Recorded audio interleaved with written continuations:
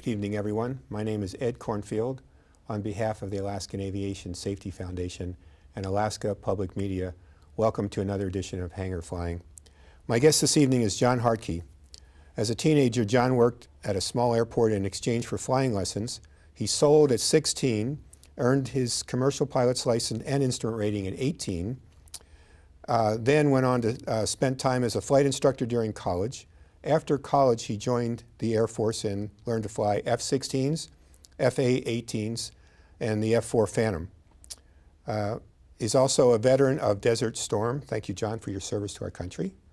And after flying DC-6s for Everett's Air Cargo, John is now a pilot for Alaska Airlines.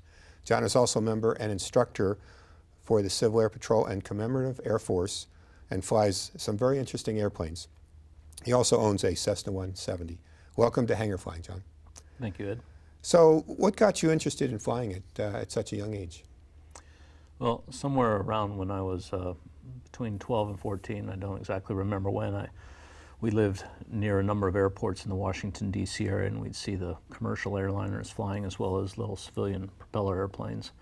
And it hit me that it was pretty amazing that they could stay up in the air. And wouldn't it be neat to just float up in the air and look down and see the lay of the land and that sort of thing. So that's where I started hanging around the airport and eventually got a job cutting grass, emptying the trash, putting gas in airplanes in exchange for flying lessons.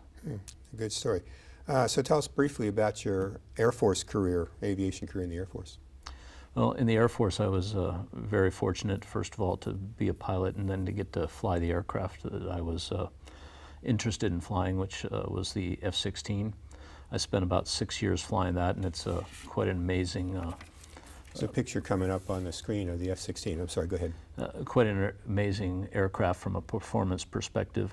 I got to fly that all through the Far East, and then I was stationed in Spain and got to fly it around Europe. So spent 6 years doing that. A part of that was being the demonstration pilot while I was in Europe in the F-16. And the picture that you see of it there, it's in a lightweight configuration taking off at full power, and you don't realize that jets can do that, but in that configuration, it'd be under 1,000-foot takeoff roll, and light enough weight at full power, you'd climb out 60 to 70 degree climb immediately after takeoff, which is was neat to get used to. Then following that, I was fortunate to do an exchange tour with the Navy and the Marine Corps flying the F-18.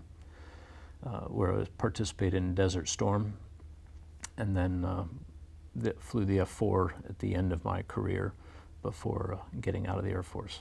So what advice can you give young people who are considering a career as an aviator in the Air Force? Well, back when I was in the Air Force, I was asked that quite a few times, and it always kind of made me smirk a little bit when the answer I have to tell the kids is, you know, you're not going to like to hear this, but you need to get good grades in school, stay in good physical shape, and probably do what your parents say is a good start.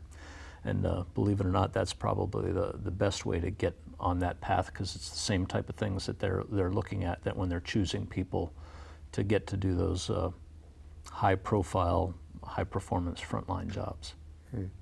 So you had some interesting experiences in the Air Force that I thought were really cool, landing on an aircraft carrier, and you said you did some at nighttime. So what's it like landing on an aircraft carrier at night? What do you have to be focused on? I mean, I imagine you have to have a tremendous focus. Well, first of all, being in the Air Force, one of the jokes we used to tell is how hard can landing on an aircraft carrier be? Navy pilots do it. But it is rather intense, and it does take quite a bit of focus. And before you go out to the aircraft carrier, you do a lot of training. And for just shy of a month, we'd go out once or twice a night over land, flying at an airfield with a painted box on the runway the size of an aircraft carrier, and do 8 to 10 touch-and-go landings on that. And each one of those was critiqued by folks on the ground, and we'd come back afterwards and, okay, on this one you did this, this, and this, improve this, this, and this. And by the time you're done with doing that for a month, you're seeing things, and your skills are at a level that they certainly weren't before, or things that you don't realize. Then when you actually go out to the aircraft carrier. If you've ever been on one of those, it's a huge ship, similar to a cruise ship. But when you're flying around, coming in to land on it, it looks awfully small, you know, until you get up close to it, and then it gets big in a hurry. But it's just very intense and requires a fair amount of focus and concentration. And as long as you do that, you can handle it just fine.